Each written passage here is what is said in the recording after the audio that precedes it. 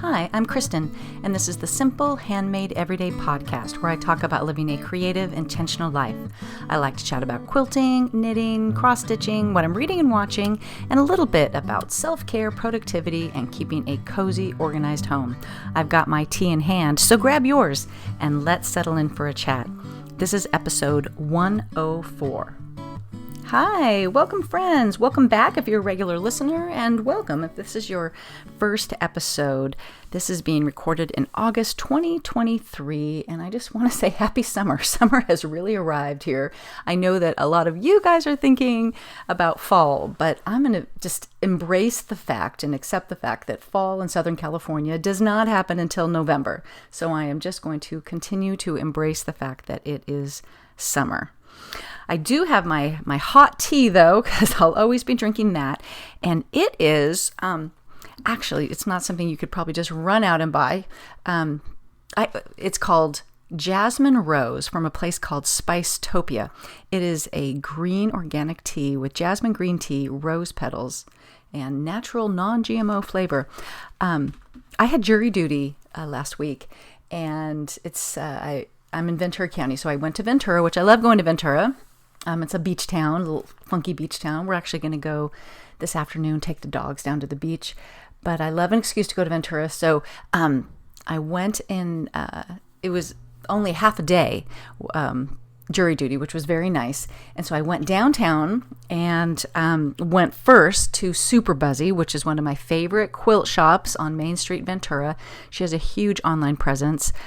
So definitely check her out. She's got all kinds of modern fabric, a lot of the Japanese fabrics, lots of solids. It's just definitely, it skews more modern, and she's definitely carrying a lot more stuff for cross-stitch, knitting, needlepoint, things like that, other kinds of crafts like that.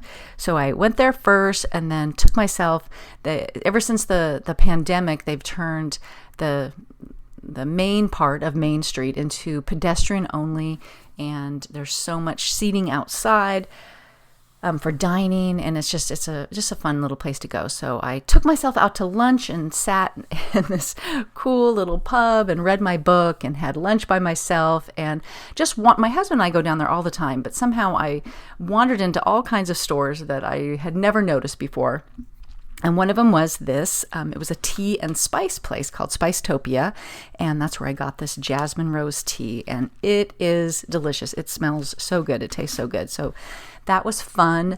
I also wandered into a store that I don't remember, and I can't tell you what it's called, but they, it's like they had their own liqueurs and, like these sort of flavored whiskeys and things like that. And I'm like, what is this place? My husband's into whiskey. So I kind of wandered in, and I got kind of sucked into this demo of this man demoing how to drink absinthe. So I got which is a whole deal of like, so we've got absinthe in this little beaker thing, and then he puts it, what can only be described as, if say you take a slotted spoon and you pound it out flat and you set that over this container that's got the absinthe alcohol in it. Plus we got the whole history of absinthe and why people thought it was hallucinogenic, blah, blah, blah. That was fun too. But then you put a sugar cube on top. So you've got your glass thing of absinthe. You have this metal slotted spoon thingy on top of that with a sugar cube, and then just drips water over it as it melts the sugar cube into the absinthe. And then we all got a little taste, which tastes very much like licorice. It's got that anise taste. So anyways, it was just like the most random thing to get a little demo of, and it was just a really fun day, and I'm so glad to now know that there is this new tea place there. I'll definitely be back. Well, since I last talked to you, we moved my college son back down to school, even though he does not start till the end of September, but he's got an internship in a lab there, and he is just living his own best life in San Diego right now. And then just the timing worked out beautifully. We took him down one day. We actually took a day, and two of my kids and my husband, we all went to the San Diego Zoo. So that was actually really fun. We haven't been. Ben I guess he's gone like with his girlfriend, but we never took him. I took the older two kids when they were like in a stroller. So it's been a long time. And 4 adults can actually cover that gigantic zoo in a day, turns out. You can't do that when you're pushing strollers and changing diapers and whatnot. But that was fun. And then the next day we packed up my daughter, brought her back down here to Southern California, put all her stuff on another U-Haul. And then the next day they all took off to her and her friends to Chicago, making a long drive to Chicago, which took 2.5 days. And she has moved to Chicago, which I can't even believe. And she's enjoying it there. It's, it's the most wonderful time of the year in Chicago right now. And I've always wanted to live in Chicago, so I am living vicariously through her, and I will keep remembering that in February in the snow, that it maybe isn't all it's cracked up to be. We'll see. But we, the 4 remaining Essers are going down to see her in September, and I just made all those travel arrangements. Very excited about that. We're actually going over the week that my youngest turns 21, and my 2 sons are jazz musicians, so it will be really fun to be able to go to a jazz club, because Ben will finally be old enough to get into one, and it'll be kind of fun to celebrate his birthday in Chicago. So yeah, some fun stuff going on there. Just kids are scattering, life is changing, but luckily right now it's all good. Before we get into the quilting segment, I'd like to once again thank the Fat Quarter Shop for sponsoring the podcast. The Fat Quarter Shop is a one-stop shop for quilting fabrics and supplies for quilters around the world. They stock quilt shop quality fabrics, pre-cuts, quilt kits, patterns, notions, and as we know, even cross-stitch supplies. Right now, you can get 20% off the Riley Blake Confetti Solids. The Confetti Cotton collection has more than 250 colors printed on 100% cotton. They are beautiful to work with, and you are sure to find the perfect color to match whatever project you are working on. And as always, check the Jolly Jabber blog at the Fat Quarter Shop for all the information on the myriad of quilt-alongs and stitch-alongs that they have running at any given time. Right now, I am particularly interested in the seasonal Stitchy Stars table runner quilt along that starts in September. I'll talk about more on that later. As always, I will put a link in the show notes, and appreciate your support. All right, let's start quilting. As is well documented on this podcast, I'm in a bit of a quilting slump, but I feel that's starting to change. And here's one reason. It's the little things. When Chloe moved to Chicago, there was not enough room in the U-Haul for her desk chair, her work desk chair, which is, a nice ergonomic chair with different heights. And I stitch at my dining room table, which is rarely used as a dining room table anymore. And I stitch on a dining room chair, and it's too low, and it's never been good. I've been doing this for 13 years. And now I have a chair that's got me up at the right height, and it rolls, and it's everything is so much more comfortable. So I got finally stitching on the sashing for my great granny square quilt, and that's going along really quickly. I anticipate that's going to go together fast. I've been talking big about that for months now, but that is actually happening. Just the right chair. What a huge difference that makes. I should have known. My friend Vicky over at My Creative Corner 3 is keeping up on the Scrappy Spools quilt along that I had so much energy for at the beginning of the year, and it's a really low-key stitch along of just 4 blocks a month, and they're small, and so I want to get caught up on that. I think that will be fun, and I've got all my scraps cut to the right sizes, so that should go together really quickly. And I talked last week, let me reach over and grab it, about the seasonal Stitchy Stars, which started as a Lori Holt cross-stitch pattern, and now they've done a quilting pattern. And now they've announced a quilt along. And so this is a table runner pattern that is 16.5 by 79.5. And so that'll be, if you've got a smaller table, you could just do less stars. It's got 1, 2, 3, 4, 5, 6, 7 stars on it. And some of them are quite involved. As a matter of fact, they're a little more involved than I really I didn't kind of clock how complicated some of them are. So if you're up for a bit of a challenge, this would be good for you. But I was watching Nicole Spore's Floss Tube, where she covers cross-stitching and quilting.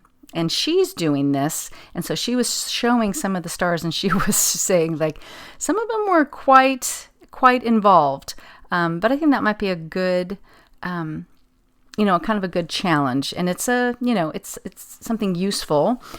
So what they do is the idea here is that's the same pattern that you can just do with different colorways for the season. So for the example for the pattern, and these Lori Holt It's So Emma patterns, they are amazing. They're 8.5 by 11, and they're full color, and they're just so beautifully done. I cannot overstate that. But so for winter, they've got a burgundy pink and then 2 shades of green. So, not just straight up, it is red and green, but different shades. Spring, they've got, pink and aqua and a mustard yellow and more of a spring green. Summer, red, white, and blue. And fall, orange, green, yellow, and gray. So I think I would start with the fall one, which is in September. They are doing so it's just one a month, and they're doing I believe the fall one in September. Don't quote me on this. The winter one, the next, just one after another for 4 months in a row in the order of the season. So fall, winter, spring, summer. I'm not sure I'll do all 4 of them, but I think a nice fall table runner would be really fun. And my friend Vicky's also going to work on that, so that might be fun for us to kind of work on together. The Fat Quarter Shop also sent me a couple of other things I wanted to talk about. One is it's a quilt pattern called Upbeat. And this is just the cutest pattern. It is square. I don't always love square quilts, but it does come in a small lap, large lap, twin, and queen sizes.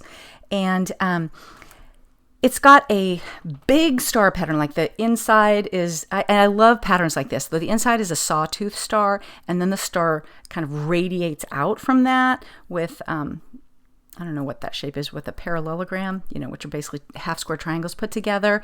And then there's these chaining blocks to bring it all together.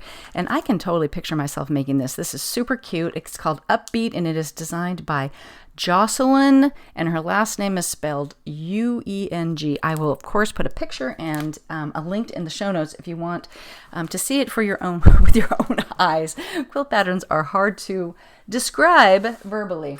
The other thing I wanted to talk to you about, you want the ASMR crinkle of the, of the plastic, is the Mad for Plaid project bags.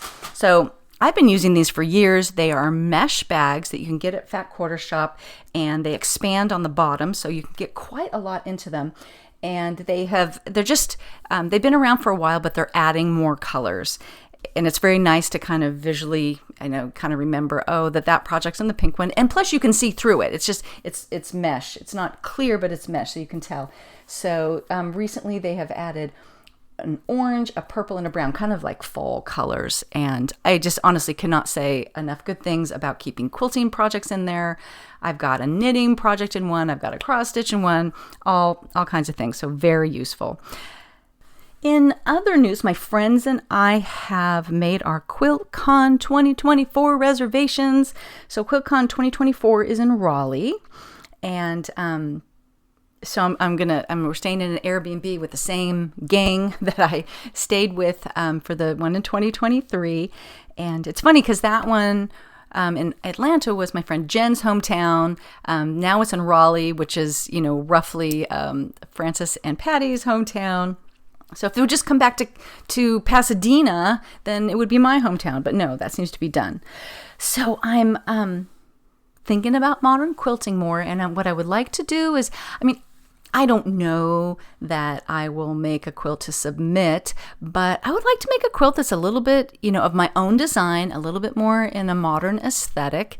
And so I want to go back through the photos that I took for inspiration from QuiltCon 2023 and start thinking about maybe designing even just something small and figure out, because I do love modern quilts. QuiltCon is my favorite quilt show, and I feel so inspired, but I need to find what my jam is in the modern quilt design world. So kind of excited about, starting to think about that. All right, let's talk knitting a little bit. I went, as we like to call it, pub knitting with my friend Pam. We've got this little place in our hometown called the Alley, where there's like a brewery where you can sit, and there's a winery. We often actually we call it pub knitting, but we often sit at the winery, and it's so cute. The girl who always seems to be working there always gets so excited. She says, "Did you bring your knitting? I wish more people would bring their knitting." The light is not great in there, which is one of the problems, but it's very fun to sit there with a friend with a glass of wine, and it gives me an excuse to knit. And I've been knitting on my elementary shawl, but what I did for most of the time, the couple hours that we were there this time, is I had bought, probably from Knit Picks, some really pretty sock yarn, but it's in a skein, and I don't know that I will ever invest in a what's it called, a swift and a ball winder. And since I didn't buy the yarn locally, I don't feel like I can walk into a quilting store and said, "Hey, can you cake this up for me?" So I just sat there and wound this very large skein into a ball the whole time we were talking, with the yarn around my knee, just like the grandmother that we all picture knits. So, and I'm glad to have done that, because I actually, when I went to Sweden in June, I would have liked to have taken sock knitting with me, just because the elementary shawl is just it's big and it's hot to have it on your lap. But right, like the day before I left for Sweden, I pulled that out and was like, oh, this is not in a way I can knit from it. You know what? I should have just wound it on the plane. I didn't even think about that. But in the summer, I always get an itch to knit socks. Like many Junes in a row, I have cast on socks. So I'm kind of thinking about casting on a pair of socks, which would be fun. And I just always do, just vanilla socks. I don't do a lot of pattern, because they are, just kind of a comfort knit, a Zen knit for me. And then cross-stitch wise, I've been working with the Fat Quarter Shop on the Evergreen Mystery Stitch Along, of which there is also a very cute quilt along, and it's no longer a mystery. All 4 parts have come out. So if you are not into the mystery because you don't know if you're going to like it, these are both free patterns, and I encourage you to go download them. The quilt is a little not a table runner, like a wall hanging size, and then the cross stitch, I think it'll make a cute pillow. Or I might frame it and just set it on a table somewhere. I'm still working on part 4. There's a lot of stitching, but it's so cute. But to be honest with you, I'm getting a little bit burned out on cross stitch. I've been really, let's just say, hot and heavy on cross stitch for about a year and a half. And it's a very easy thing to grab in the evenings. But I think I might start knitting a little bit more in the evenings. So we'll see. And obviously really hoping to get back to actually sewing. And it's hot enough now that I want to stay inside during the hottest part of the day. So, so I might be taking a little, cross stitch might be taking a little bit of a back seat for a while. All right, let's move on to TV and books. TV-wise, my husband and I finished The Lincoln Lawyer, and I've talked about that show before. I talked about it last podcast. Love it. Absolutely love that show. So that is on Netflix if you want to check that out. I won't go into what it's about since I've covered it before, but highly recommend it, and it was a really good season. I don't know if I talked about it last time, but we started watching Suits a little bit, and I don't think we will last very long on that. My husband's quickly losing interest because it's a little too soapy for him, but I'm enjoying it, and I might just start watching it on my own, which is sometimes what happens with these things. And it's fun to see this. What we're watching is from it came out 12 years ago. It was absolutely not on my radar. And, I've always heard that Meghan Markle was on Suits, and she's adorable on that show, I have to tell you. But I didn't know what Suits was about. I just knew it had to do with lawyers. But in case you don't know, the whole idea is there's this guy who is super smart, underachiever. He actually goes in and takes the bar exam for other people. And he can even he knows it so well, he can just say, he can give them a score that would be realistic for them. I'm unclear at this point is if he is actually taking it for himself or not. But through a weird little series, he's he's got a friend who's dealing drugs and stuff. He's just not in a great point in his life. And he is running from the cops where he accidentally runs into a job interview for an associate lawyer.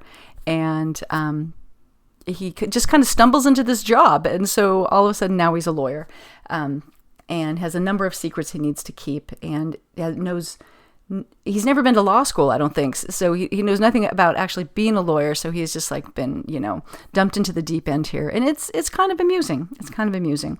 So that's Suits.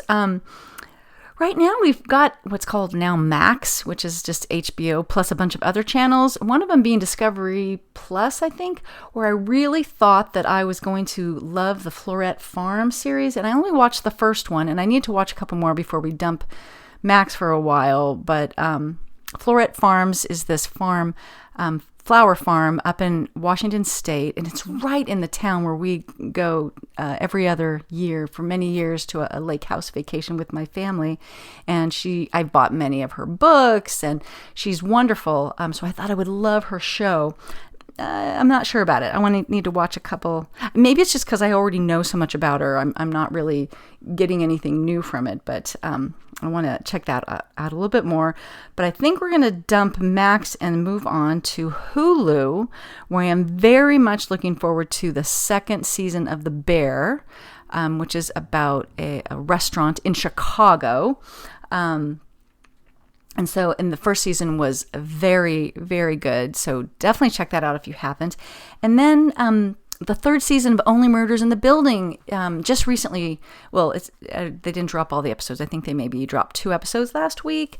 And that is such a fun show with Steve Martin and Martin Short and Selena Gomez as this intergenerational crime fighting trio. And this season has Paul Rudd and Meryl Streep, and I think it's going to be so fun. I'm very much looking forward to that. So my husband and I will definitely be watching those. For my own little acorn viewing, I discovered this new show. It's new to me. I think it just is pretty recent. It's called Signora Volpe, and which means Volpe is fox. So it's about this woman who basically works for the CIA, or that's the CIA. It's, what is it in England? MI6? MI5 or 6? I can't remember which one it is. And the intelligence agency. And she gets really angry about things that are going on with her investigations. And she goes to Italy for her niece's wedding, where all kinds of issues unfold. And so she just ends up staying there, and there's only one season out, and so she gets involved in many investigations there, and that's been really fun. I hope there is another season. And the other new detective show was called The Chelsea Detective, and that's been fun, and there's not much to tell you about that, except for it's just your typical British, 2 detectives solving crimes. Everybody looks familiar if you watched enough of these things. So The Chelsea Detective is the last one. Of course, I'll link all these in the show note, or at least list them in the show note. You might just have to Google them yourself. But so those have been my summertime stitching companions. And that brings us to books. Last episode, I talked about starting my first Ellie Griffiths book. She writes murder mysteries, and I really enjoyed it. And so I'm on to my second one, which is called The Postscript Murders. And it's got the same detective protagonist called Harbinder Kaur, Kaur. And I think she only wrote 2 with Harbinder as the main detective. I think she goes on to write a gazillion about this detective called Ruth Galloway, which will be what I will start after this. I've already got that one downloaded. And this is just a really cute story about this older woman who's living kind of in, they call it a secure, I've already forgotten what it's called. Kind of like a care home apartment building overlooking the sea. And when her carer comes in for the day, she realizes that she's dead. And the more they dig into this, they find that they find a business card that says, I think her name is Peggy Smith, murder consultant. And you find out this woman has been obsessed with murder mysteries all her life. And she actually consults with mystery writers for new ways, like creative ways to kill off people as they're writing their murder mysteries. She's like a little consultant. And then the the writers that she works with start getting knocked off, and I haven't even finished it, but it's been fun. I really like this writer, Ellie Griffiths, which I've heard about for a while, but I'm just now discovering for myself.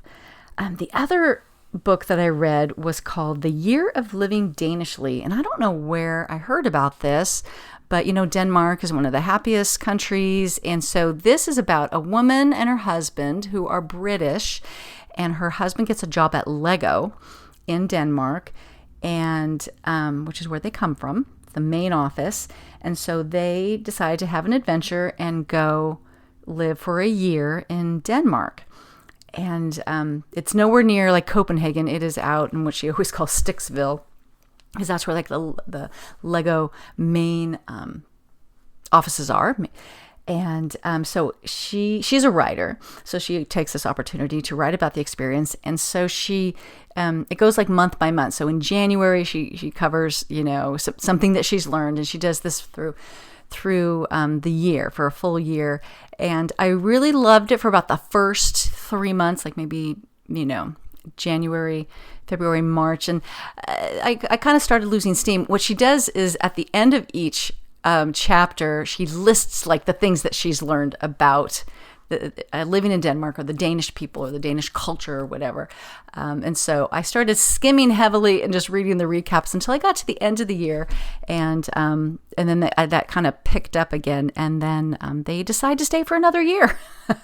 So it was a fun book, and just kind of I love all things Scandinavian. We have this place called Solvang that's about an hour and a half north of where I live, and we've been to a million times. And it is a little it's a little tiny Copenhagen. It's a little tiny Danish town. And I was telling my husband, we need to go to Solvang, because of that. Now I'm itching for all things Danish. So that was very cute. I can't remember who wrote it. I'll put it in the show notes, but it was a fun read, especially if you don't mind skimming a little bit. All right. So my goodness, this is going to be one of my shorter podcasts.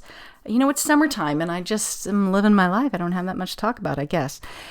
So often in this last segment, I talk about homemaking or self-care or productivity, all these kind of things. This is just going to be a random assortment of things that I just wanted to share with you. First of all, if you've listened to this for any length of time, I'm obsessed with like cleaning routines and things like that. And I've changed up my cleaning routine once again, and I'm finding it working so beautifully that I just wanted to share it with you. So I've tried things, all types of things. And I do love the Fly Lady system of like having this baseline of things that you do, and then every week dig in a little bit deeper on zone cleaning to get to, I don't need to declutter so much anymore as I need to do the deep cleaning part, because otherwise the blinds never get dusted, or, the fridge never gets cleaned out, that kind of stuff. And so, but I have found that when I do my weekly cleaning, which I am, I'm very good about that. That is not a problem. But it's a little bit more surface level. It is dusting and keeping bathrooms and sweeping the floor and, mopping and things like that. And that's no problem. But when I do it on a Saturday, it takes a couple hours. And then there's like no way that I'm going to like dig into a zone. I'm not, I'm just like, I'm done. I'm done cleaning. And so I've split my little tasks up. And I sit down to work at 9. That's my schedule. And I'm up early. I got time to use in the morning that I often fritter away. So my new thing is that at fritter away all I want between doing my workout or, drinking coffee and reading the news and that kind of stuff. But at 8:00, I do one of my chores. And you know what? So it's like clean the bathrooms. And since the kids aren't here, I don't have to worry about their bathroom. It's just a half bath and our bath. And for me, that does not count scrubbing the shower out, which I just do when I'm in the shower. So I can clean both bathrooms in like 20 minutes. It's not a big deal. And then the next day I dust. I can, nothing takes more than 30 minutes. And then the next day I sweep. And then the other 2 days, I've been actually trying to get outside and do some gardening things, or if I missed a day, catch up, or just like not do anything. And then that leaves me on the weekend, on Saturday, to go, okay, I'm going to spend an hour on something. So this week, I'm on the kitchen. My husband and I, he joined me, and we wiped down all the outsides of all the kitchen cabinets, which has been driving me crazy. We have darker cabinets, so things really show. And so that was great. And then that got me inspired to do all the other, when I was really into a good Fly Lady routine, I would every month clean the dishwasher where you put that little packet in and run it, clean the disposal, clean the coffee maker by running some citric acid through it, just all those kinds of little maintenance things. And I'm just like, okay, I'm hoping that this is it's kind of new, but last week it was, what I did is we have this storage area in our closet for all our bathroom overflow things like, I don't know, toothpaste and Band-Aids and medications and things like that. And it was a wreck. And I pulled it all out and reorganized it. And I'm kind of hoping now that we don't have kids that are getting into it, that I can organize something like that and it'll pretty much just stay organized. So I'm feeling good about that because I've just not been in a good deep cleaning routine for a while. So, yeah, I'll keep you posted on that. And just wanted to give you a different way and I think this is like the clean mama way, to just do one thing each day. And for me, the difference is doing it in the morning. I tried to do this where okay, if I stop work at 4, then I'll do that. No, I will not. So by just saying, give myself a little time before work, and then I feel pretty smug about it, to be honest with you. The other thing that I've started to incorporate that I've talked about before is the Gretchen Rubin idea of Power Hour, where I've got this running list of small things that I need to do that I just don't get around to.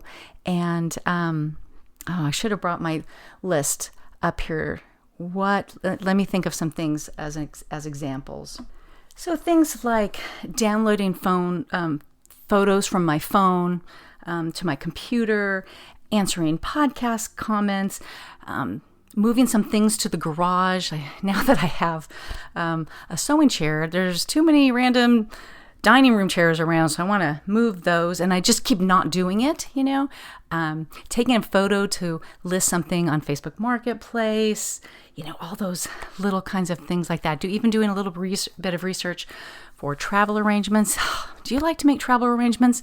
I hate it because I'm terrified of making decisions and then regretting the days we chose, or making a mistake with my flight or something oh, I'm always terrified. So anyways, doing Power Hour has been, I'm just knocking off little things that are bothering me. And the very last thing that I wanted to talk to you about, I've talked about how Instagram is driving me crazy. I consume it, but I don't post as much at all as like I used to. But it just kind of drives me crazy in general that I'm not seeing the people that I follow, and there's so many people that I don't follow that I'm being shown. And many people said, click on the following button up in the Instagram, the logo. If you click on that, there's following and favorites or something like that. And I'm like, I did that, and it doesn't, I don't see the difference. Well, here's what I found out this week, and maybe I'm just an idiot, but I didn't realize that's not like a setting going forward. That's a setting every time you get into Instagram. So if you're feeling like me and you're not seeing the people that you follow, then you go up there, hit following, but you have to do it every single time. But oh my gosh, I'm just like, oh, I remember them. It's a very different experience. It's like the way it used to be. So hopefully you will find that useful.